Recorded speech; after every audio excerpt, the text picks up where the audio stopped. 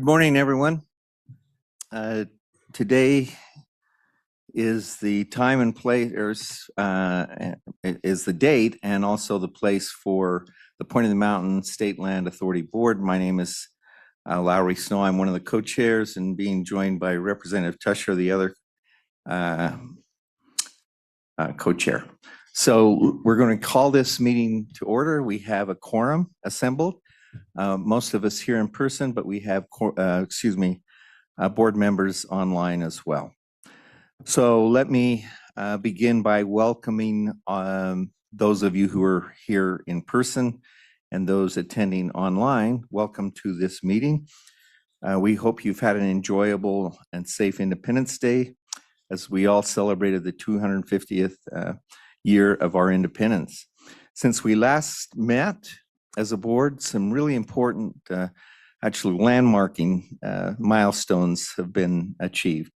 First, on June the 25th, the Point, the University of Utah, and UHealth signed a statement of strategic collaboration regarding the future of a UHealth campus on the Point site. We expect construction to begin within the next 5 to 10 years and believe that this project will have a transformational impact for the entire region.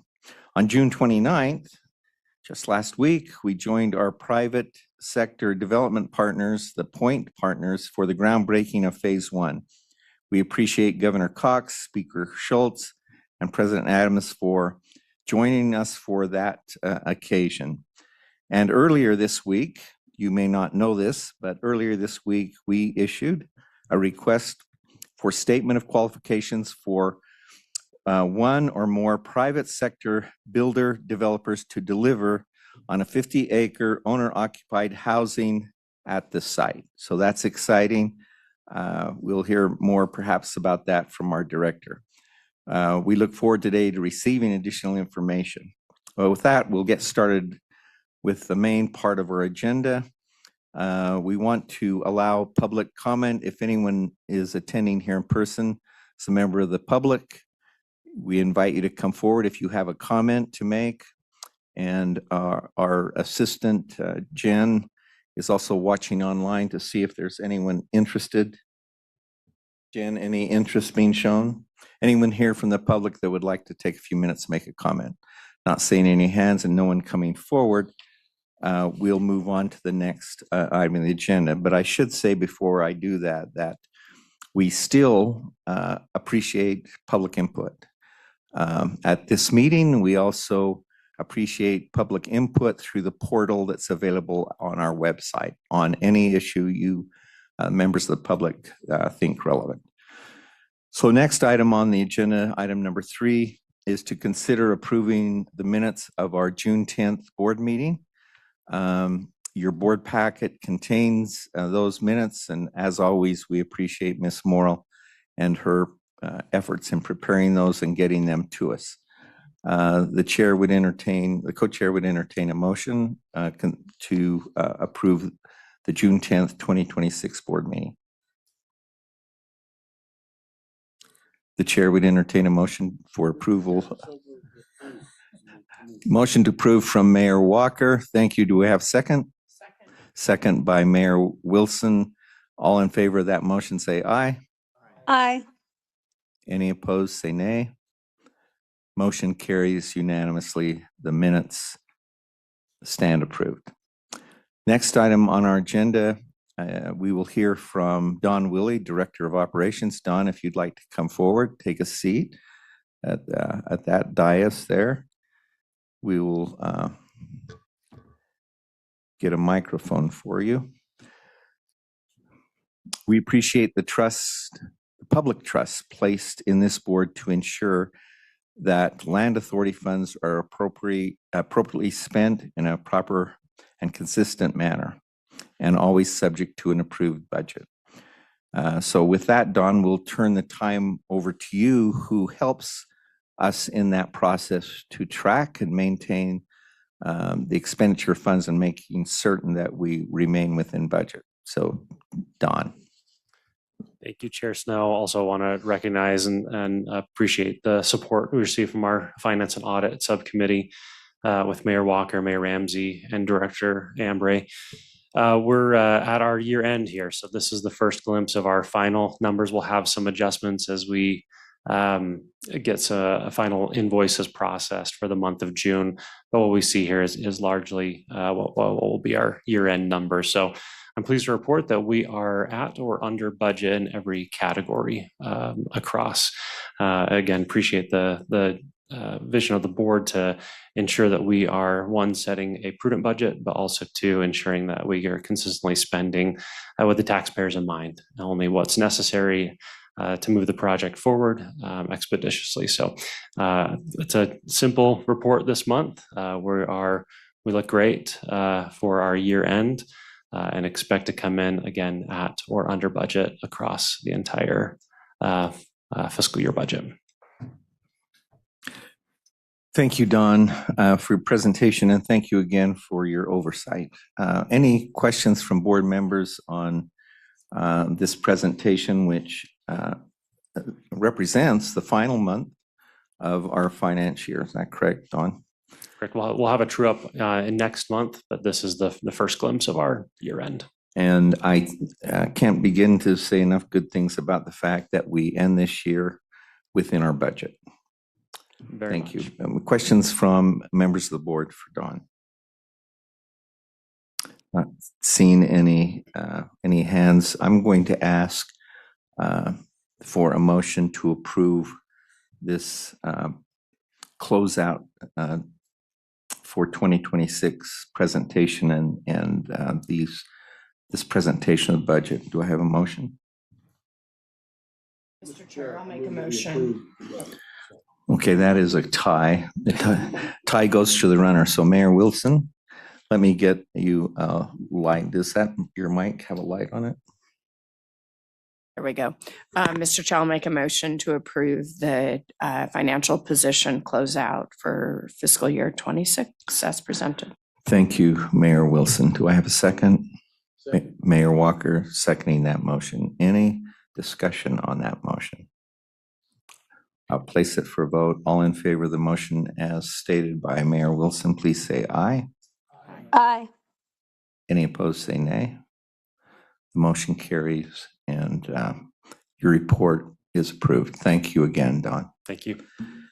Next item on the agenda is consider going into closed executive session pursuant to law, pursuant specifically to Utah Code 52-4-2051A and D to discuss a project proposal and personnel issue.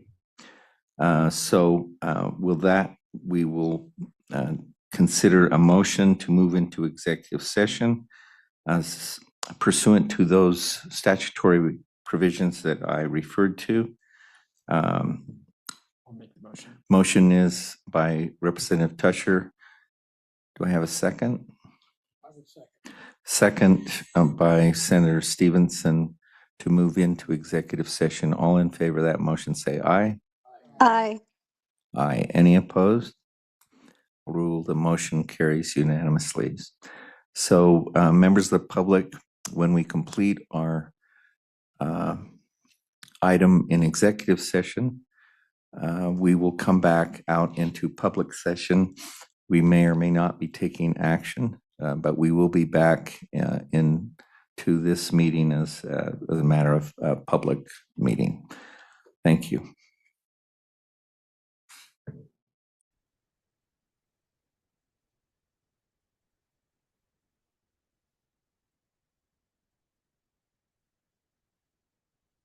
We are back in open session. We've concluded our executive session.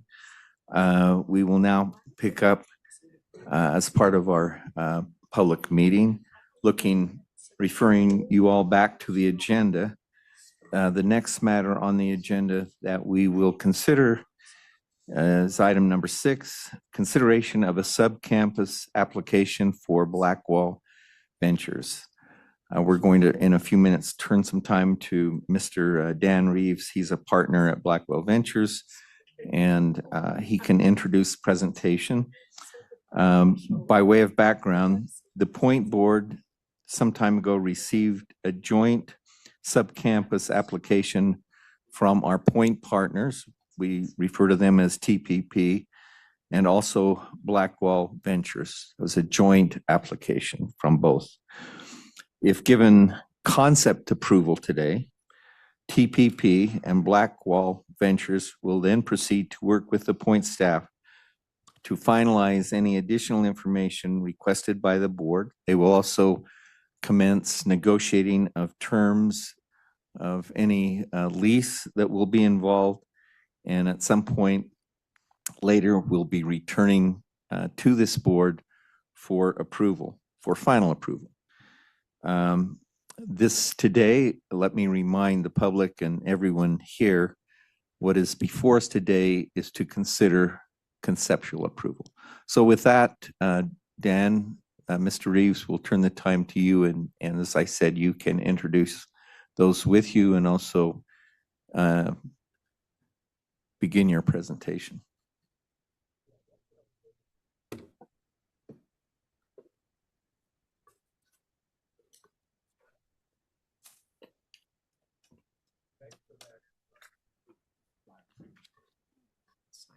Sure. While they're coming up and preparing for the presentation, I'd like to remind everyone here assembled in person that up on the table just to the left of Mr. Reeves, where he's sitting in his group, is a sign-up sheet that we'd like everyone, before you leave today, please add your name as indicating that you were in attendance publicly. That becomes part of the record. We'd appreciate your cooperation with that. So with that, Dan, I believe I have your microphone on. We'll turn the time to you. Thank you, Chairman Snow. Robert Booth is going to get us kicked off. Yeah, are we presenting, sharing? Yes. You want me to now? Yeah. What's your panelist and your? Great. That just came through. Thank you.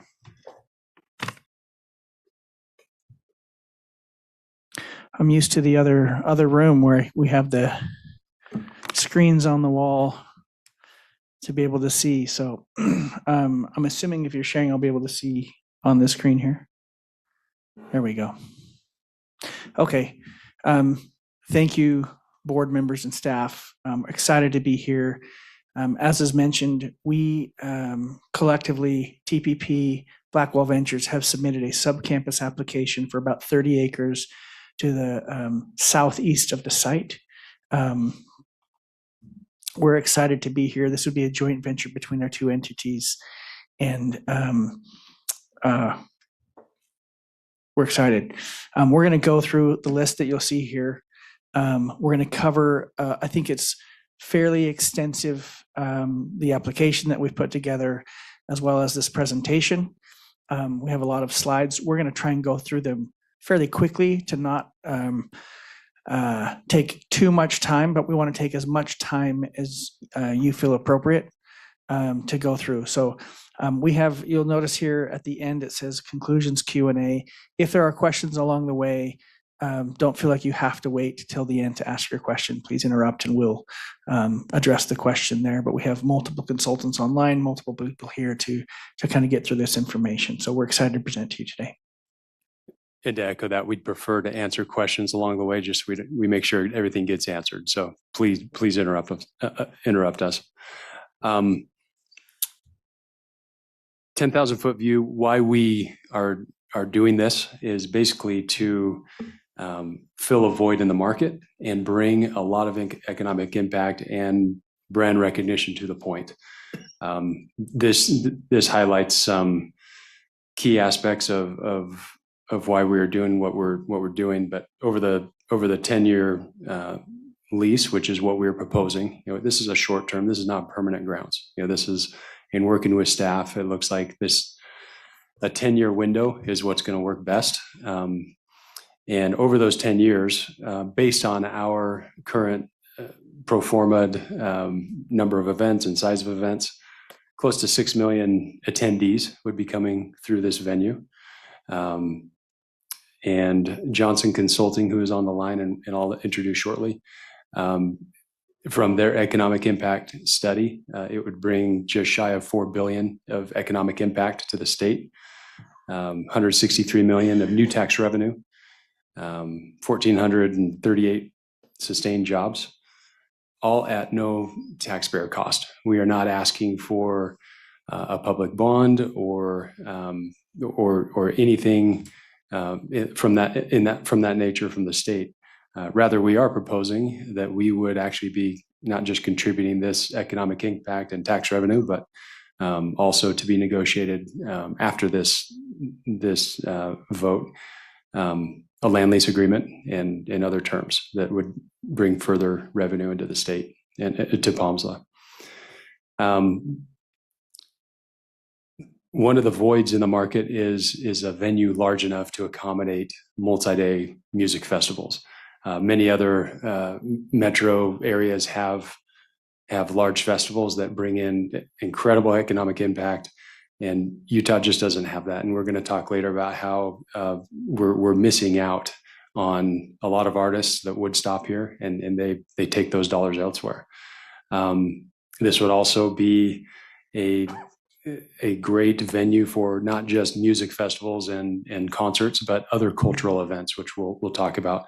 Not the least of which, with the Olympics coming in 2034, this could be a sizable venue for watch parties, medal ceremonies, things like that, if the Olympic Committee wanted to look at that. So that's just a high level on the vision and purpose of why we're doing it. And touching more deeply on the benefits to Palmsla, in addition to just the lease and the direct revenue, this really is at zero taxpayer risk. We are not asking for taxpayers to contribute to developing this venue. We are doing it, and we're going to talk more about how we're doing it. And it also is building more open space to the master plan that through agreements with other entities, that can be used by other people, not just us. The Salt Palace, as most of you are aware, will be shutting down, for example, from 2027 to 2030. This can accommodate some of those larger events that may not have a place to go within the state. Mr. Chair, Excuse me, I do have a Dan, question. Mayor Wilson Yes. has a Thank question. you. And thank you for acknowledging the Salt Palace time period. We're working on really active strategies, and this is a potential one to support. My question is the year-round nature of this and the infrastructure. I'm curious about, we tend to be a 6-month season. Shoulder seasons can be unpredictable with our weather here. So what are you building that would allow for a year round?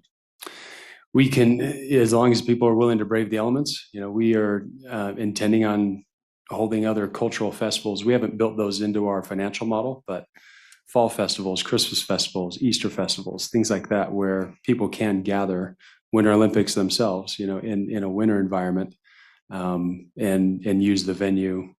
Certainly there will be much more use during the summer months. You're absolutely correct. But So the Johnson analysis would be a 6-month period for these revenue estimates. correct. The Johnson Economic Impact Report only contemplates the 2 large festivals that we are programming, and anywhere from 5 up to, I want to say it's 17, kind of a nightly summer concert series that we'll do with much smaller events than the larger festivals.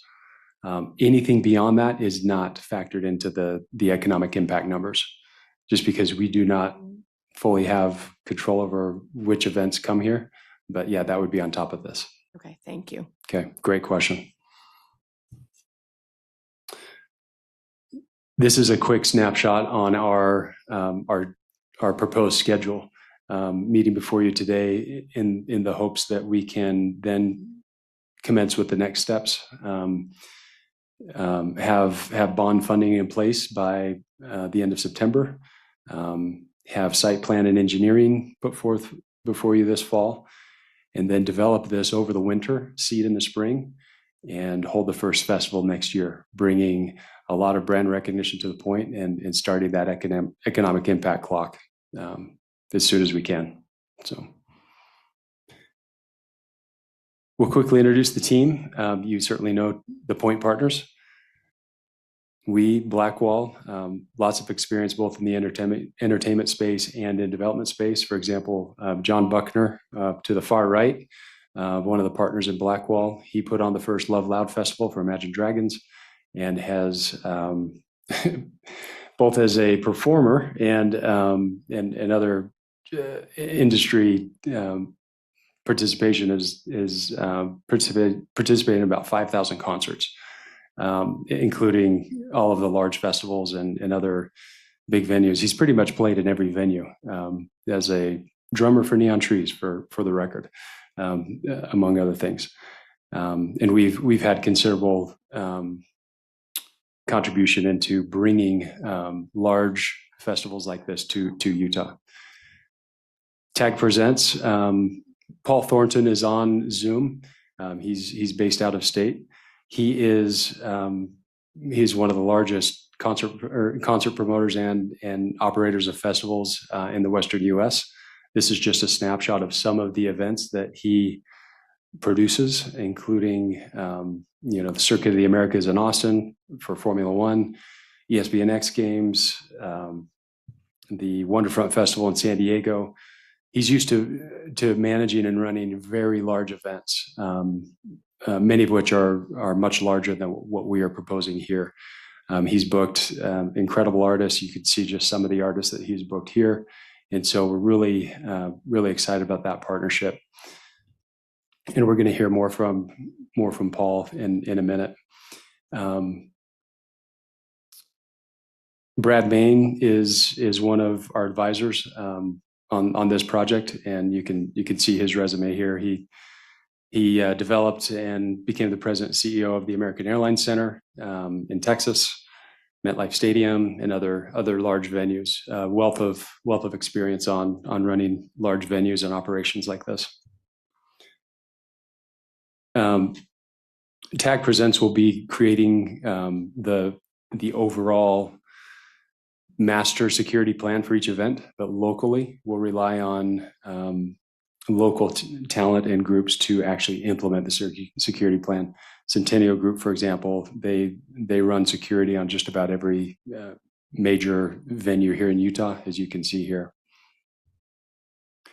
Then parking and traffic, and we know that is something that needs to be implemented and executed well. We are very concerned that is done well. And so we brought in Seats Events.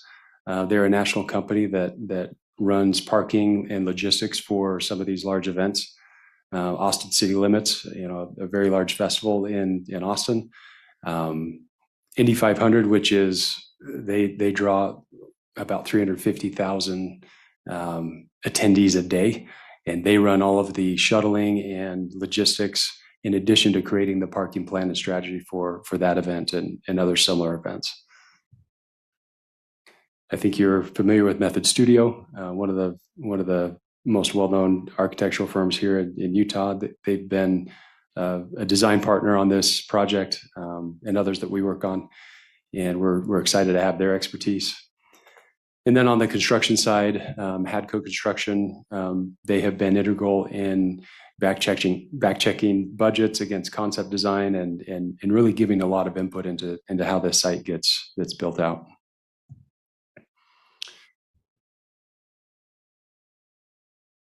Any questions so far before we move on to the next one? We're trying to be sensitive to your time and get through things. Any questions from board members? No indication, so let's proceed. Okay, well, let's talk about the location for just a sec. Where the site is Oh, located. wait, there is a question. I apologize, Robert. No worries. Let me get your mic on. There you go, Mayor. Like a Coachella or a big multi-day festival, is it typically 75,000? Give me some sense of the scale, because I can't wrap my head around what. Coachella's way bigger. It's like 250,000. Okay. At the biggest. It would be it would be similar to like a Summerfest in Wisconsin. Lollapalooza can get up there about that. We're planning for a max capacity of 75, but typically our shows will be between 30 and 50. Okay. Thank you. Thank you, Mayor. So I was just going to jump in really quick to the location on the site. So this sits within the point of 600 acres in the southeast. That shot that's on the screen, you see it's tucked up against the interchange at 146 South. That's strategic in terms of the location, right? It's about the furthest point away from the neighbors on the west and from businesses that would be going in. And it butts up against the freeway. And so from a noise consideration, it's about the best place that we could put it on site. Similar when you look at the grades coming off the mountain, that sits kind of in a valley off of the freeway, and so you drop down grade where from the freeway it's hard to even see that outdoor venue site because of its location where it's dropped down. So that's the 30 acres that we're looking to utilize. Here you see it in another spot. It's from the master plan. It's R6, R7, R8, and then you can see it's south, if you will, southeast of phase one. We as TPP are very supportive, obviously, of this project as we're here. We think that it's a use that is complementary to the existing subcampus that's been approved, which is the 5,200 seat event venue, which will hold concerts. We think that these things, and we've got the blessing from our operator who are supportive of this project as well because of the complementary nature. So we want to show a quick video that highlights. Sometimes a picture's worth 1,000 words, a video's worth 1,000,000 words. Let me try to share this screen. We're going to skip past the marketing part of this video, but we're just going to want to kind of illustrate how this site is, when not being utilized, it's open space, right? And then we are designing this so that we can activate it in a variety of ways. This animation we're about to show you is basically how it would be activated for one of the larger festivals we would do. But we are intending on running utility stubs to multiple areas on the site, so we can change stage location, or even if it's not a music event, put food and beverage or restroom temporary facilities in other areas of the site.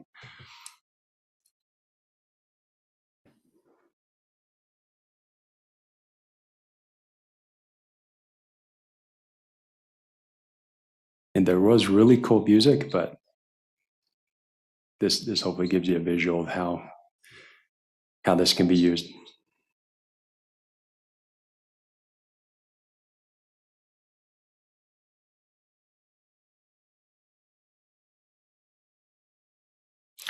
did that come through? Yes, Okay. well done. Yeah, we're very excited about it. Again, Utah really needs something like this. And let me get rid of this feedback. Okay. And kind of per Robert's point, this area of the site, we worked closely with staff for just about a year now on where best to do this. This seemed to be the portion of the point site that is most likely to be the last place to be developed. So instead of staying as a dust bowl, so to speak, for the next 10 years, why not put it to good use and bring a lot of economic impact to and visibility to the point. This is just an example of how the site could be activated. I have a question. Dan, leaving, the one you just took away, that slide, yes, which shows proximity to the freeway and the interchange. Do you anticipate most of the traffic in and out will be utilizing this freeway access and that interchange? Can you comment on that? We can, and we are going to show some traffic circulation plans in a few more slides. But Okay. to quickly answer your question, some will come off of this interchange, and then some will come off to the north, the Bangor interchange. To John's point, we are not going to come out the gates with the largest festival we can do. We are very motivated to make sure that this is a pleasant experience for all attendees, and that's why we're programming a ramp up. We're going to start smaller, and I'm sure there are going to be lessons we'll learn from the first festival or two that we'll implement into other events. One of the great things about this site is the accessibility, not just these two major interchanges, but the front runner stop coming, and just the multiple areas of ingress and egress that this has. Will this get busy during events? Absolutely. But will we have a good, solid traffic plan to make it as efficient as possible? Yes. So, and we'll get into a little more detail on that. Thank you, Dan. Any other questions before we're going to bring on Paul Thornton. Paul, are you on the line? Yes, I'm here. Sorry, I was just muted. Okay. Paul, we'll turn the time over to you to introduce yourself, your group, and talk more about programming and operations. Share with him on there to see him. Or Yeah, you guys can see me okay and hear me? can't see you now. We can hear you. Yes. Okay. Yeah, so my company is Tag Presents. We are a big independent promoter or festival producer in the sports and entertainment spaces. My background was I started a company years back in the early 90s called Bravo Entertainment. We were based in Boise, Idaho from 1995 on. We grew it to be the largest concert promoter in the whole Northwest and the 8th largest ticket seller in North America. So we were doing about 800 shows a year across 20 states, quite a few shows in Utah at the time in the arenas that y'all had out there. Grew that up and did some festivals along the way as well, including the Big Field Day Festival out in New York City in Met Stadium, which was one of the first big festivals in the country. That was back in 2000. When I sold the Bravo Entertainment Company, and by the way, we had multiple venues that we owned and operated. We had about 38 exclusive arenas and amphitheaters under our control at the time. And then I went on to Austin, Texas as an executive to open the Formula One facility there called Circuit of the Americas. I was the executive president in charge of all the entertainment side. So we opened a brand new amphitheater there. We won Best New Venue in the World that year. Did all the entertainment around Formula One, MotoGP, all the planning and organizing of that, in which we had simultaneously over those weekends 278,000 people at the track and another 300,000 people through our Fan Fest, where we closed down 12 city blocks in downtown Austin. We've worked from everyone from DHS and NSA and FBI and CIA. I mean, we would have security meetings every 2 weeks with about 100 people in it. We're very fluent at running large scale events. We own and operate different festivals. We own and operate the largest one in San Diego that takes place.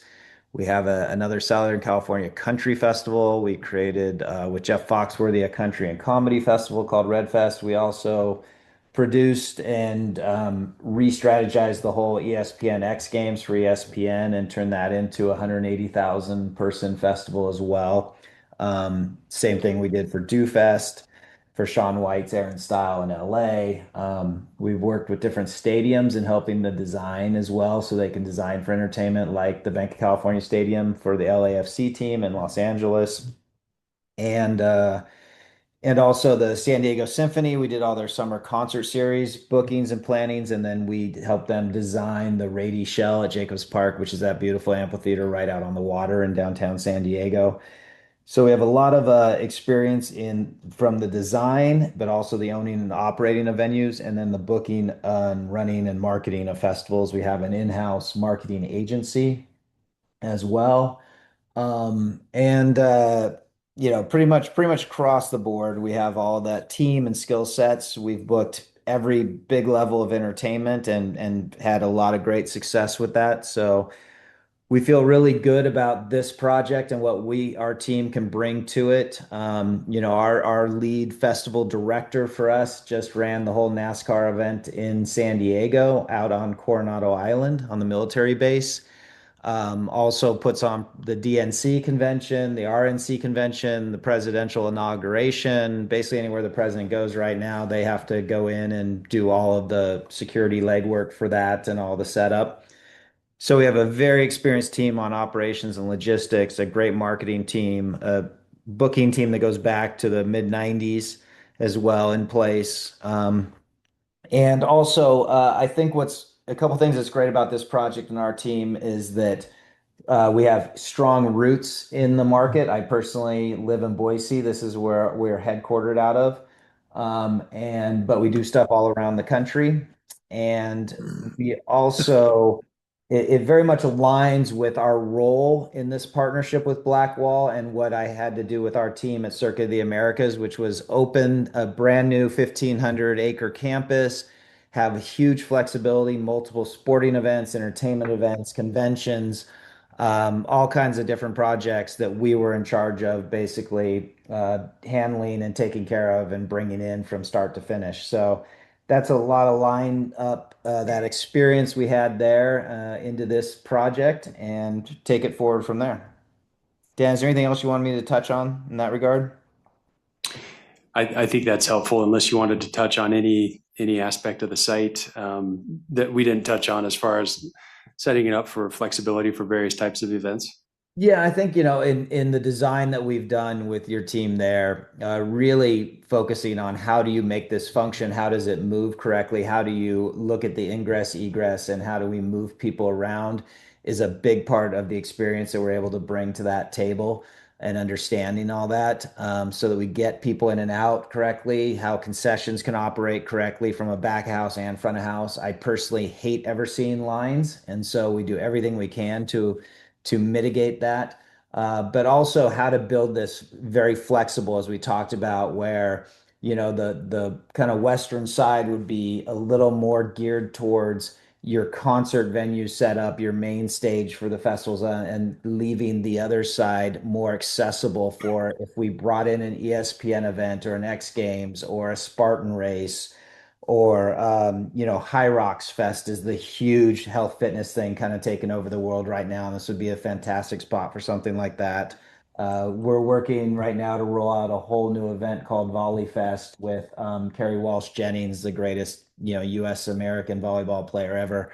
That we're partnering with Stanford University to actually do the first one on their campus, and then they want to tour that to about 5 cities around the country, and this would be a perfect location for that as well too. So the flexibility of these venue builds is very important because you don't want to. It's like a new sports stadium. You can't just have one tent and expect the revenues to work. You have to have multiple uses for it to really be profitable and make sense for everybody.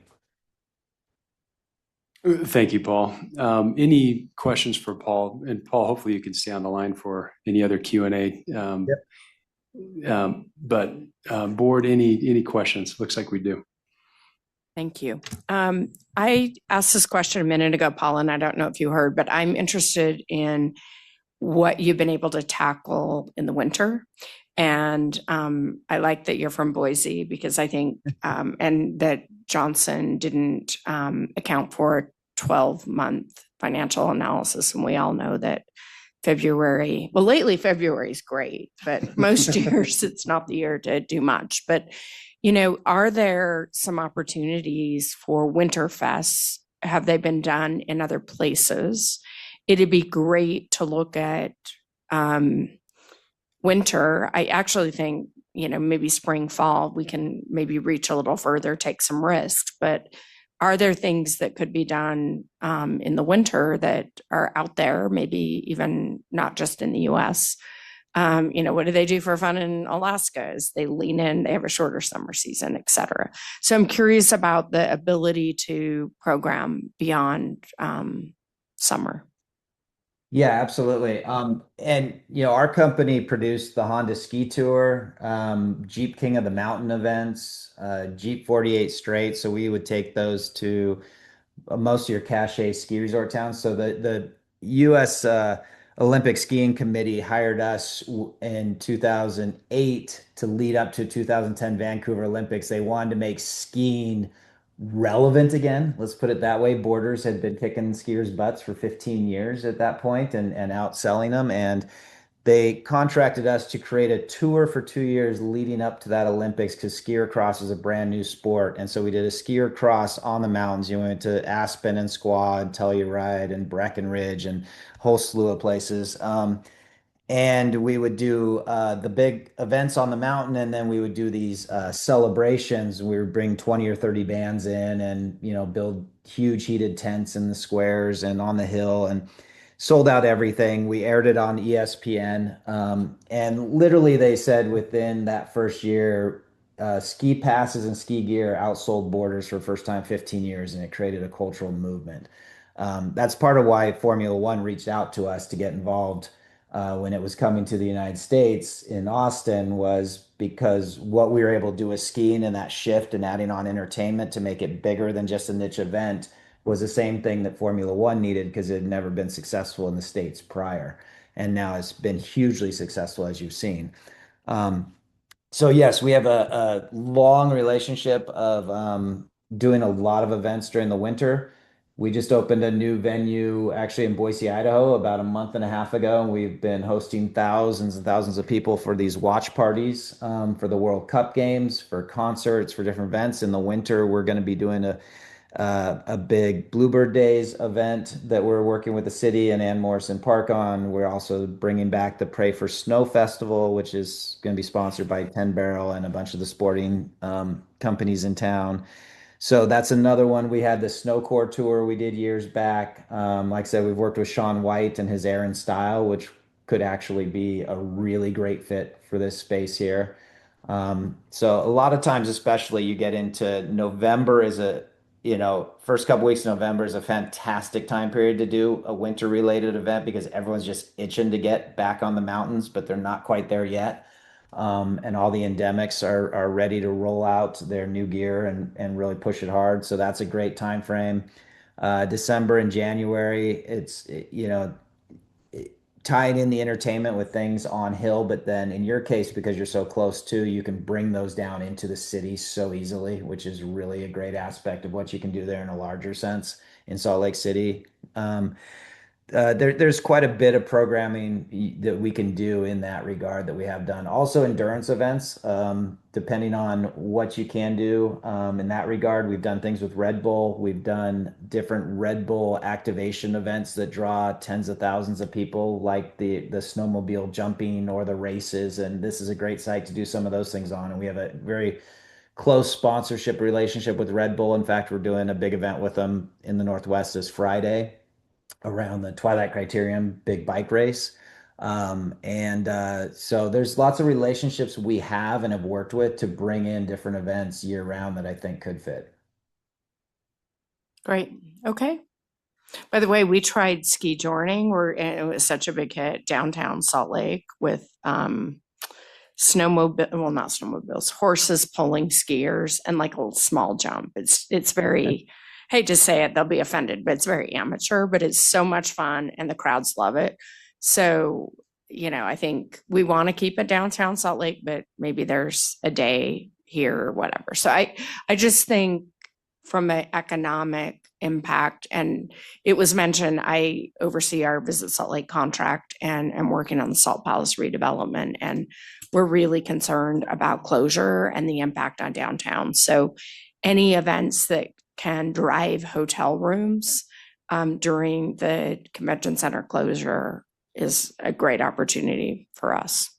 Yeah, absolutely. And I think we can get very creative. Like I said, when we did Formula One, we decided to go into Austin itself to really make sure we propped up all those businesses as well and not just look at our facility 12 miles outside of town.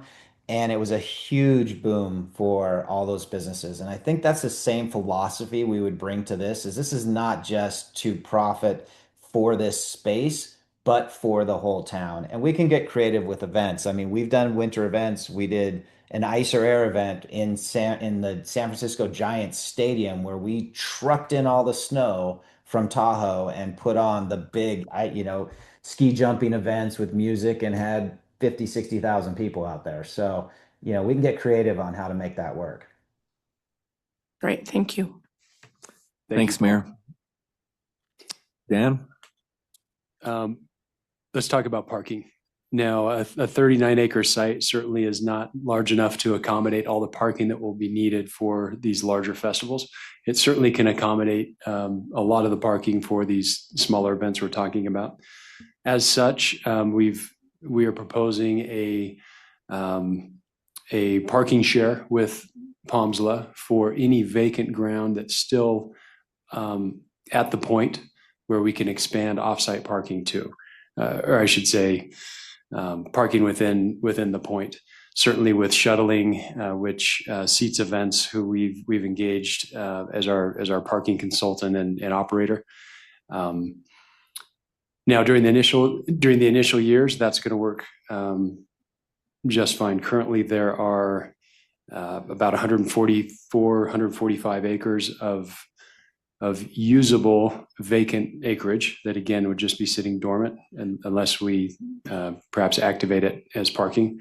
What we are proposing is we would grade these out and drought tolerant seed them so that we can use these locations as parking so long as they're not being used by Palmsla, and we're avoiding the northeast quadrant, the southwest quadrant, and these quadrants you see in red and the core of phase one. So just that parking right there is enough to handle parking at least for a 40 to 50,000 person show. And again, Seats Events, one of the premier operators through the U.S. that, let me go back up. I skipped over it a little bit. They're the premier parking group for major events, including the Indy 500, which has 350,000 visitors a day on race day, Austin City Limits, other major events that are much, much larger than this. So that just gives you a visual on what can be parked on site. And then as the point gets built out, then there are shared parking agreements with parking structures that the point partners or others that are developed to utilize off-peak parking arrangements, evenings, weekends, that type of thing. And then as it expands beyond that, let me just skip down to, actually, I don't think it's in here, but then we look at off-site parking arrangements, business parks and other fields, et cetera, that we can then shuttle people in, which is very, very common for festivals of this nature. Oh, yeah, go ahead, Goose. One thing I would just point you to as well is on average, it's usually 3.5 people per car. Here, Seats Events was very conservative and they used 2.5 people per car. And so again, their analysis was very, very conservative as you can see. And the draft parking study for, say, a 40,000 person event was included in the packet, just as an example. With each large event, there will be a specific parking and traffic plan, which we're about to talk about. But as an example, just to give you an indication as to how, say, one of these initial large festivals is planned to be handled. Hopefully that's a good example. Any questions on parking, and then we'll get to traffic in a second. Any questions, board members? Let's move forward. Okay. Can I just make one note, which I think is really relevant? That the events are sized to parking, right? So it's not a 70,000 person event every single time that we need to find parking for. The event is sized to the parking that's available. So to the extent that there's not parking, they're not going to sell tickets for something that they can't go contract for parking for. So I think that's a really important event because we're not setting 70,000 as the fixed number and finding the difference. We're finding the parking and setting the event, and that's the flexible part. Thank you, Robert. Similarly with traffic, yeah, there will be a traffic plan for every large event that goes to POMSA, goes to the city of Draper, and you have your review and sign off on that. And these are just some examples, again, for a 40,000 person event, how ingress would be handled. This goes back to your question earlier, Chairman Snow. This shows the two major access points of the I-15 interchange and the Bangerter interchange. And then an egress plan. Some roads will certainly become one way in and out, just as they do for any other large events. For reference, BYU Stadium, Lavelle Edwards Stadium has 6 or 7 football games a year, right? And those are on par with the size of our largest festivals, right? And can it be tough? Yes, but with the right plan, it's handled. We do have much better access, correct? And correct. it's also super important to understand that at a music festival, people aren't coming at one time. Like at the BYU Stadium or at Rice Eccles, they're all coming simultaneously. So you're parking 70,000 people at once. For a music festival, they start at 6 in the morning. Those early fans are going to come early. Throughout the day, they're going to filter in as they want to see the bands they want to see. And that's really one of the key reasons we picked this site, is because me, and being a little bit older guy, I don't want to stand for 3 days. I want to go down and park in Provo, jump on the train, come in, walk over to the site, watch my band, get back on the train and leave. And that's what's capable here. So it's going to alleviate all of that stress of trying to have 70,000 people come at once. They'll come over a period of 12 or 13 hours. And we're certainly working on ideal sites for rideshare, right? For Ubering in and out. They're in addition to Front Runner, there are other ways too to get to the site without having to come and park. Shuttle routes, et cetera. Any questions on traffic before we move on to security? Security has also been something that we have spoken with at length with staff and others. And we know it's important to you, and it's perhaps more important to us, believe it or not. We take security extremely seriously. Paul with Tag Events, as he mentioned, their group will create the security plan for each event. And then we rely on local talent to run those events. Centennial, and we talked about Centennial Security earlier. And this will be go ahead, Goose. Yeah, I was going to say, we had a lot of discussions with many security groups. And one of the things that we like about, as Dan said, the security plan will obviously be done by Tag Presents, and they've done many events. The implementation of that, the security company's Centennial management group, and they do the majority of the events here in Utah. One of the things that we really stood out to us that was really important is that on their team, an individual, his name's Troy Johnson, and he has 32 years of law enforcement experience, and he was the assistant police chief of North Salt Lake. And so one of the things that was of utmost importance to us is to make sure that somebody on the team has law enforcement experience to be kind of the spearhead or point head of the implementation, and not somebody just nationally that doesn't know Utah, but that actually has relationships and has worked here locally. And so that's one of the things that really drew us to Centennial, is that they do the majority of the events here, but they also have the relationships to be able to liaise and communicate between the various agencies and with the different cities and stakeholders. Any questions on security? And again, this will be custom tailored to each event as well, but any questions we can address. Board members, any questions? Let's go forward. Okay.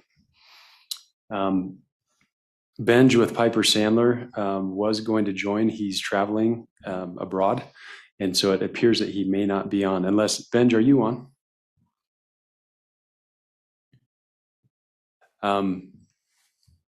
It's 10 p.m. in Iceland right now, right? So. But the sun's not down yet.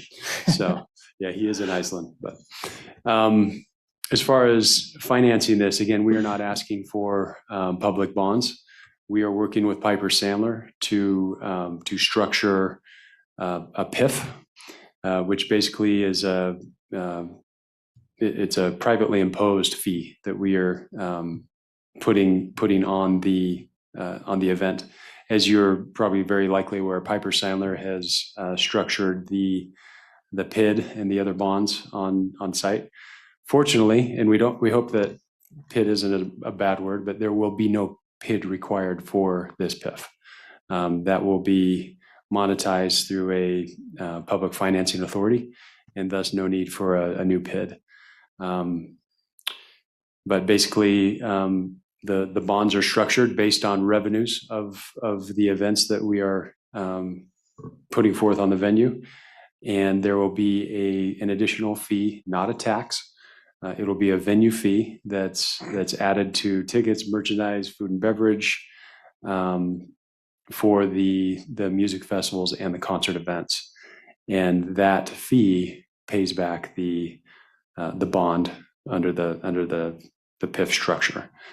So we've tried to make this so that it isolates risk for the state, no burden on the taxpayers, and it's paid back through the performance of the venue. And to also keep ticket prices down, we have our own ticketing system, so we won't charge the exorbitant fees that some of the other ticketing platforms charge. One thing that stood out to me too is I attended the Utah Sports Symposium. It became very apparent to me that venues of this size almost always require some type of money from taxpayers or the state. And so I think this is a unique opportunity where this venue will be privately financed, but then the public also has unique benefits, and as to the future of it, especially when it comes with the possibility of hosting it with community events as well as the Olympics or other events of that nature. Perfect.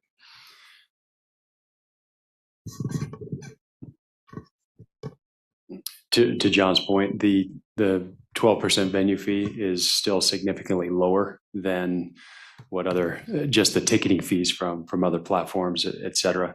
And so, we just wanted to illustrate that. Excuse me, I've got a question. Go back to the PIF financing. Does Piper Sandler believe that based on your feasibility and viability study that these are going to be attractive in the bond market? You're going to be able to get the funding? In a word, yes.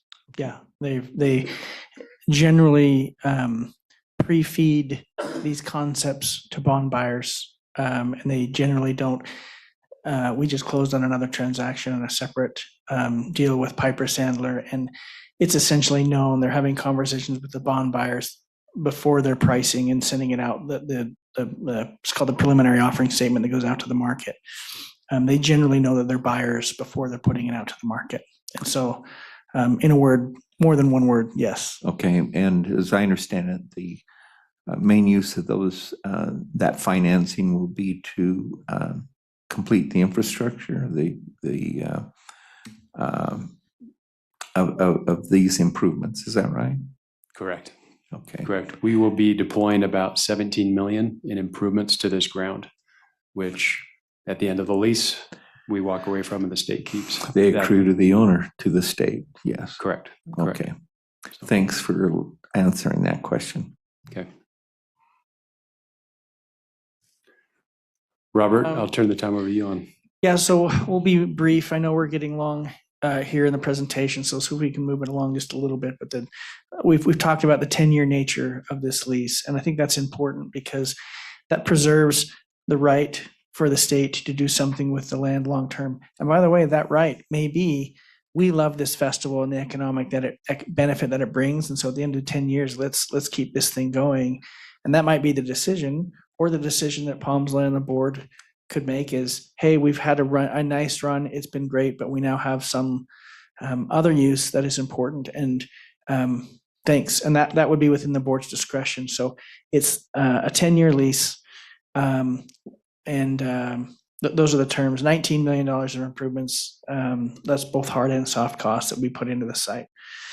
and it's going to be maintained by the partnership here and operated. I know there was a question of other public use. Yes, we would love to have other public uses, but it's structured public use, so it's not open to the public where people can come just put down their blankets and use as a public space. It's land that's being leased and utilized, but we'd love to coordinate the public uses of the space. If the Draper wanted to hold their Draper Days or whatever they want to do here, that would be a coordinated piece and would be a benefit to the public, but it's still a private area that would be secured and cordoned off and maintained by this group. By agreement Correct. for that use? Yes. Okay. We have Johnson Consulting on the line, assuming you're still on the line. Thank you for hanging in there. As you know, Johnson Consulting ran the economic impact analysis for this project. So we're going to turn a few minutes over to them to run us through their findings. John or Charlie, do you want to take I'm here. Can you guys hear me all right? Yes. All right, excellent. Well, really appreciate the time today. John Fleming with Johnson Consulting. I'm a project manager with the firm. I've been with Johnson for about 4 years now. Just a little bit of background on us, and we'll keep it fairly brief. Excuse me. We work nationally on economic impact work for public assembly venues. So festival grounds, performing arts centers, sports facilities, convention centers, conference centers, etc. And we've worked on hundreds of these venues across our firm's 30 years in business. We do have extensive experience in Utah, including the completion of an economic impact report for the Utah State Fair and Fair Park just last year, as well as some benchmarking work for the Salt Palace Convention Center. We've also worked in St. George, in Uintah, and in Provo as well. So we really have a good understanding of this market and of this land use type. Just to walk you through really quickly kind of our process and define some of the terms that I'm going to be covering in a moment here. For each of the events that's been programmed and projected for the festival venue, we're looking at a combination of overnight visitors and day trip visitors, and then, multiplying those by, average daily spending, both at the facility and outside of the facility. So that's everything from, I'm spending on concessions at the venue to, if I'm an overnight visitor, I'm staying at a hotel in the market, right? Adding to that, operational revenues and expenses, and that all sums to what we call direct spending. So that's essentially the spending that's specifically associated with events at the festival grounds. Then we used multiplier rates from InPlan to derive indirect spending and induced spending. And so indirect spending is, essentially trickle down spending, as a result of the direct spending. So if you go to a restaurant, or if there's more business at a restaurant, they need to buy more food to feed the influx of people coming into town for the festival. A portion of that spending stays within the community. That's indirect spending. And then induced spending would be sort of wages earned by folks at that establishment that also then get subsequently spent in the community. The sum of that net direct, indirect, and induced spending is total economic impact, and that contributes to employment and wages created and sustained within the community. Now, simultaneously, we're looking at fiscal impact, which is essentially tax revenues. And we looked at this on a basis of where those tax revenues are flowing within the area, which sort of jurisdictions would be benefiting on a tax basis. So if we go to the next slide here, we can look at sort of that 10-year cumulative impact. Over the 10-year period that we're projected for, we see a total of 5.91 million total expected visitors to the outdoor festival venue. And that includes both the major festivals as well as the smaller concerts. Note that that's not just a ticket sale takeoff. We're also looking at, a certain amount of attrition. Not every ticket sold translates to an attendee, right? So looking at this from a purely attendance and visitation basis, we project that to generate about 846,000 room nights over that 10-year period, with 42.4% of visitors in total originating from out of town. Now, how do we get to that out of town and room night figure? We're looking at comparable festivals, events, and venues. So that includes things like Lollapalooza and Bonnaroo, but also, more locally, looking at the Utah State Fair and Utah State Fair Park as a recent comp that we've studied very closely. And also that is, very relevant from a regional standpoint, as well as in terms of what it's trying to execute from that large annual fair festival. In terms of economic impact, and I believe this was alluded to earlier in the presentation, but we're talking about a cumulative $3.9 billion of total economic impact. So that's that direct, indirect, and induced spending on the local economy. About 1,400 jobs sustained and $1 billion in wages created. And then in terms of state and local fiscal impact, about $163.5 million, again, over that 10-year period associated with spending at the festival venue. And then if you go to the next slide, this is looking at strictly annual impact in year 10. So by year 10, the full suite of programming that's been projected will have sort of ramped up to its top level. And I'll note, as has been alluded to, we're only looking at, the programming that was included in the feasibility study. So that doesn't include winter programming that could be possible. So this is, if anything, somewhat of a conservative projection, because it's only accounting for that 6 months of the year when we can, guarantee that there would be sort of festivals and concerts going on.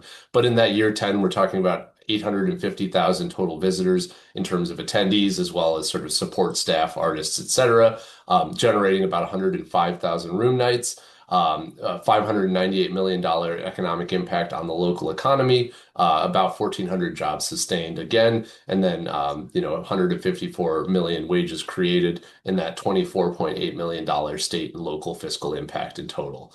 And then if we look at it on a by jurisdiction basis, what we're looking at over that 10-year cumulative total is that $163 million of total fiscal impact. About 104.5 would be going to the state of Utah. That's a combination of sales and hotel tax. 22.2% of that going to the county, and about 14% of that going to the city of Draper.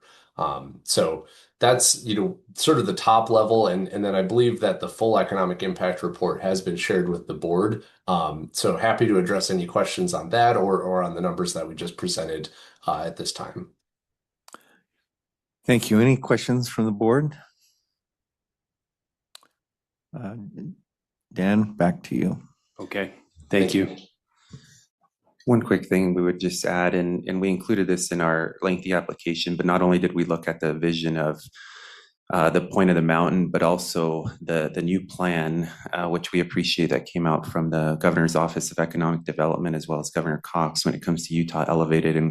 And these numbers are great, and they also encompass the economies that report discusses when it comes to experience economy, innovation, and creativity. And so I think this venue isn't just for the point, but I think it also addresses kind of that greater plan for Utah and that vision. Thank you. So just to wrap up, and in a moment, I'm going to turn some time over to Brandon Fugel to give some closing thoughts. But yeah, what we are requesting today is approval of the subcampus application, which basically is approving of this in concept, and then more detailed work comes thereafter. The negotiation of the lease agreement, development agreement as necessary, and then going to finalizing the site plan. And I think, as you know, the lease agreement and development agreement would come back to you for review and public approval at that point. Brandon, you want to come up? Hello, Brandon. Hi, greetings. And thank you, Dan, for your comments leading up to this conclusion. This is a compelling opportunity for Utah to take advantage of a moment in time and synergies that are being created with this site. The economic impacts, the absolute net positive to the state of Utah and to Pomsla relative to this project are significant. even more significant from a master planning standpoint as we are working to bring in corporate headquarters, major retailers, and other complementary uses is the fact that we're going to build a center of gravity and a cultural center that has not existed in Utah until now, hopefully, with respect to this project. That center of gravity and cultural center will be a direct draw for headquarter requirements and those who are looking to recruit employees, not just here in Utah, but from outside of Utah, that will be making significant investment into our community and elevating our collective communities together as we proceed over the next decade to hopefully see this become a reality. We've been excited to be a part of this, working and coordinating efforts behind the scenes, not only with the development team, but also clearly communicating all aspects related to this to the master developer as well, so they can integrate that into their planning with Palmsla. This will inject new life into the area and take a piece of this master plan and I think realize a highest and best use, at least for the foreseeable future. And we appreciate your consideration. Thank you, Brandon. Well, Brandon, is there any questions for him from the I have board one. members? Are you going to buy a ticket, Brandon? I'll probably be at every concert. I'm a concert junkie. I've actually had the privilege of sponsoring a number of concerts through some of my other business ventures. And one common complaint that we've heard from some of the most iconic artists on the planet have been centered around Utah not having the appropriate venue to host events of this nature, of this scale.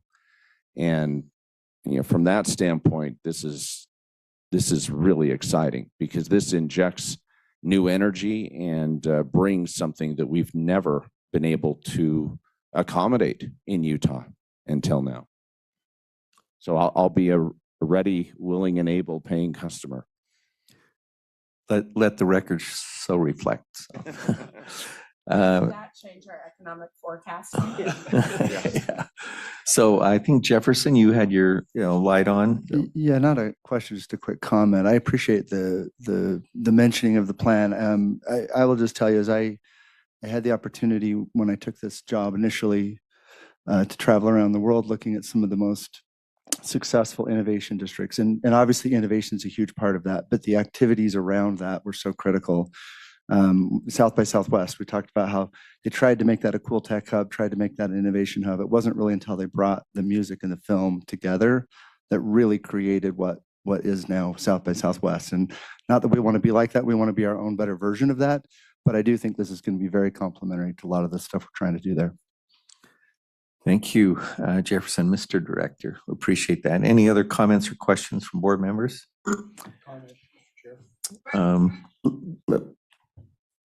Mayor Walker.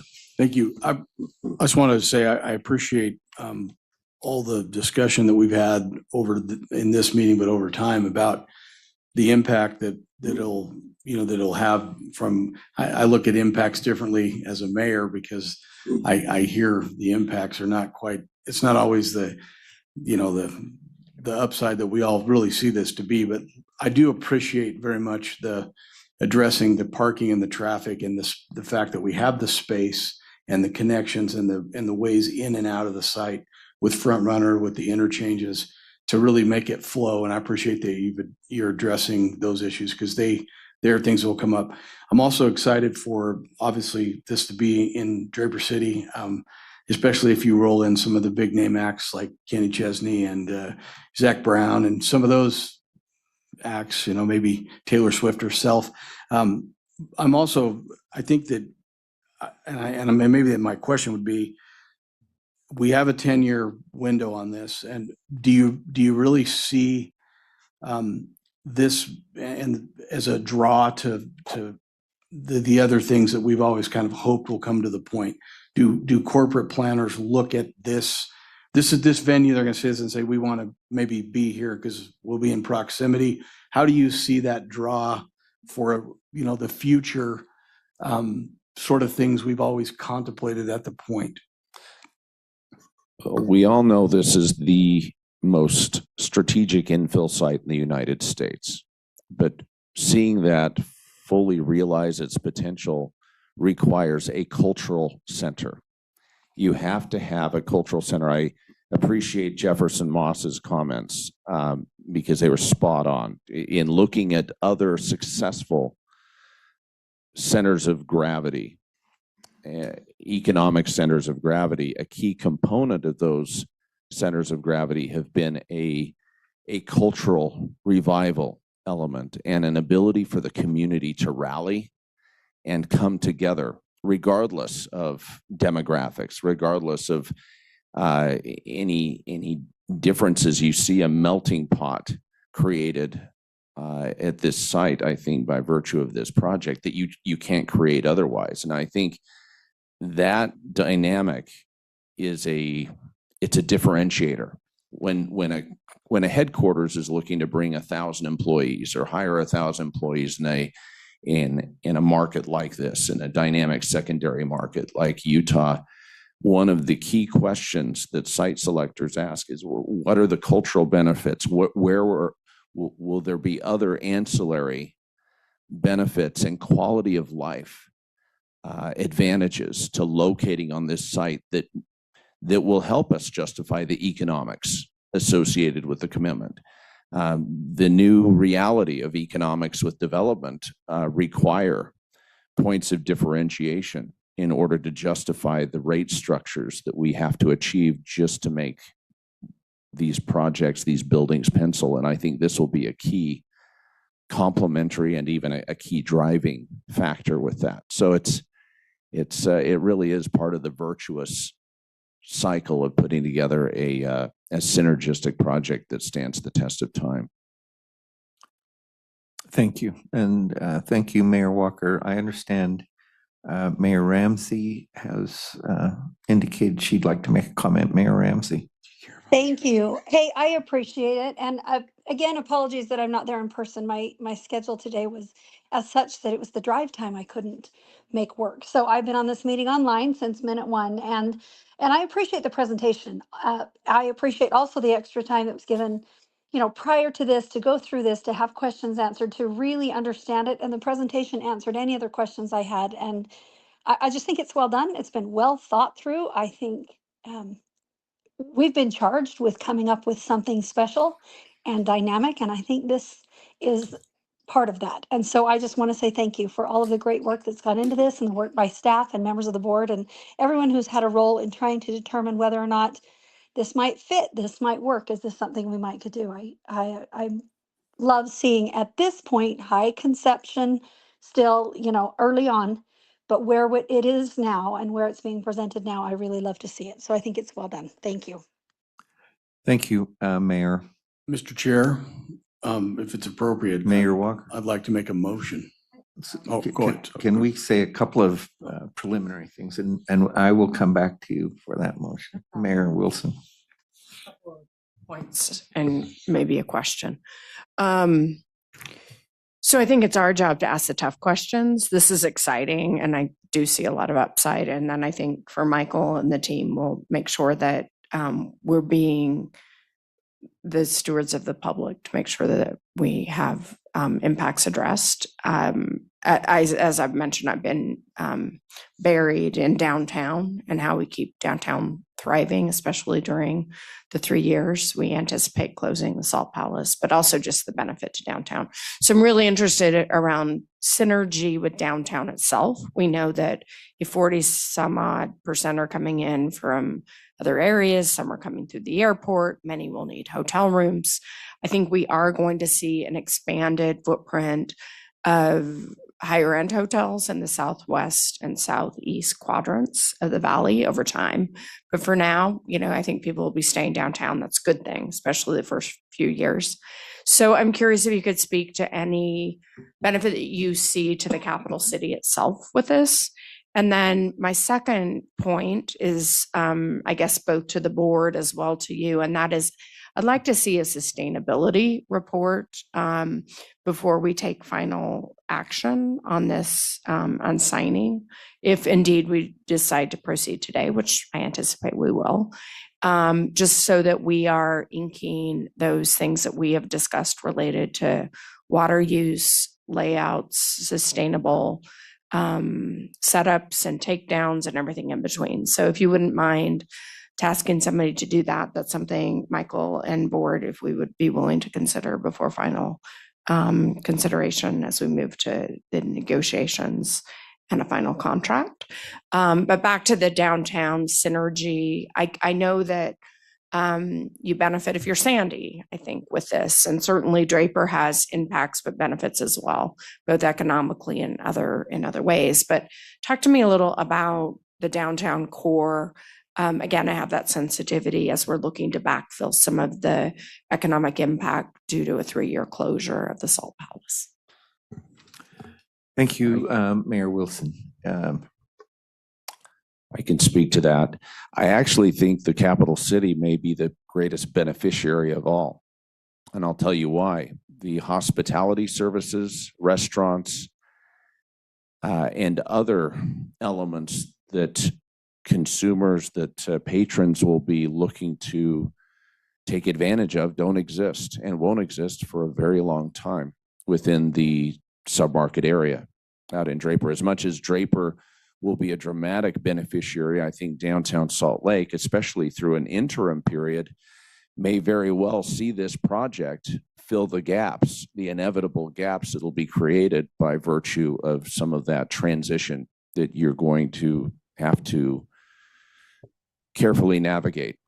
But the fact remains that people who come in from outside of Utah and even along the greater Wasatch Front will come and go from this venue, and they're ultimately going to land, and they're going to stay multiple nights, as well as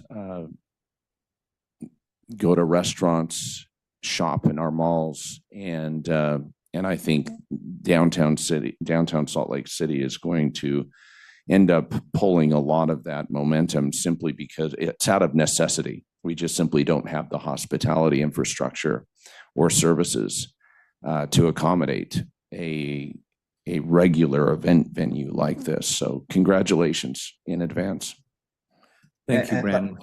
I'd like to chime in. This is Paul Thornton, if I may. As far as from an entertainment standpoint, what you see with festivals is a booming year round of entertainment in the market, especially your venues downtown, from clubs to mid-size to your arenas. Because what happens is, instead of a lot of these young, great bands that are starting to get radio play, maybe playing a club in the market for 300 people, they're now playing on a stage in front of tens of thousands of people in a market. And now they're coming back next time. Instead of just playing for 1,000 people, they might be worth 5,000 tickets in that market now. And that's what you've seen, especially in Austin with the Austin City Limits and South by Southwest. At first, years back, people thought, oh, the festival is going to take away from those bands. It exploded the entertainment scene there. And that's what you'll see really flourish, which brings more people to town year round, more hotel room business, more restaurant business, more shop business. It just is a cultural boom that becomes an economic boom. Thank you, Paul. Okay. Sorry. Well, I'm sorry. There you go. I think my point is more to the board. I think as we look at expanding entertainment, I appreciate the senator who's departing the Senate soon, his efforts to make sure we remain hospitable. I have some concerns. We still have challenges as it relates to, reasonable alcohol law expansion. And I do want to emphasize reasonable, because we do need to be focused on public safety. I don't want to, for a minute, convey any sense that, we want to be open container everywhere. That's crazy. But there are some things that we are going to need to advocate for as a board related to this project and the broader needs of the project as a whole. So I just want to point that out. Thank you, Mayor. let me direct everyone to where we are on the agenda. We are considering item number 6. We are looking at approving the subcampus application for Blackwall Ventures for concept approval for this first concept approval. This is on the agenda for action, and Mayor Walker has indicated that he, I think, wants to make a motion on that item. Is that correct? It is, Mr. Chair. And I move that we, as a board, approve the subcampus application for Blackwall Ventures to proceed forward with finalizing and potentially accomplishing what they've presented today. Thank you. Mayor, do I have a second to that motion? Second, this is Dawn. Seconded by Mayor Ramsey. I'm going to go back to Mayor Walker and see if you would like to make any statement regarding your motion. Thank you. Like I've said a few times over the years, I think I've been doing this point business the longest of all of us. I think I'm going to stay with 16 years because it feels like it's been 16 years. I think it actually has been 16 years. But as we kind of ventured off in this all those years ago, we came up with these concept plans, and these sort of things were certainly part of the overall concept. And I'm excited to see us moving forward with one. The university project is fantastic. We did our groundbreaking a couple of weeks ago for our Convergence Hall, our indoor venue, and some housing and retail. And to have this opportunity come and present itself, it does seem like it fits really into what will be the greater project and really sort of bring a cultural feel to the point, which is something I've always wanted us to have. I appreciate all the work that's gone in on it from our staff, from the applicant as well, and from TPP, who frankly has to be convinced that this is something that fits with their overall rights and development opportunity. So I'm excited to hear that, and I know that they've vetted it as good as they could, because they will. And so as we've had some really good minds looking at it over time, and I do think this is just a unique opportunity. And if it's done right, it's got all the great festival opportunity. It has some municipal opportunity for field use. Who knows? Maybe you could put some ice on there around the Olympic time and do all kinds of things out there. But it certainly has potential to be really everything we kind of hoped would happen at the point, and a lot sooner than it might have otherwise happened. The fact that this land sort of has a vista to it, and Brandon, I know this is location. This feels like it's the spot with the vista, the view, to have the first show next year, if we can nail it all down, really is sooner than I think any of us would have thought, but not soon enough. I mean, it could have been 14 years ago, but water under the bridge, we'll take it now. But I do appreciate all the work and the looking at it. And I think we've had smart development talent review it and pencil it out in a way that I think, and I love the fact that no one's here asking for tax money. It's not getting financed by anything. It's a private venture, and it's going to stand on its own, or it won't. So opportunity, and that's what we hope the point would be. So thank you. Thank you, Mayor. It has been moved and seconded that we approve the application that's before us of Blackwall Ventures. Any further discussion on the motion before I place it for vote? Not seeing any indication and no other comments, I'll place the motion for vote. All in favor of the motion to approve the subcampus application for Blackwall Ventures conceptually, please say aye. Aye. Aye. Any opposed, say nay. Motion carries. I'll rule the motion carries unanimously. Congratulations, gentlemen. And we look forward to moving to the next phase of this process with you. Thank you. The next item on the agenda, and the final, one of the final business items, is for director's report by our director. And speaking with Mike, he has recommended that we move that item to our next meeting. He doesn't feel like there's any compelling report. So without exception, we will excuse me, without objection, we will move to the final item on the agenda, which is to consider a motion to adjourn our meeting. So moved. So Mr. moved Chair. by Mayor Walker. Do I have a second? Second by Mayor Wilson. All in favor of that motion, say aye. Aye. Aye. Motion carries unanimously. We stand adjourned. Good morning, everyone. Today is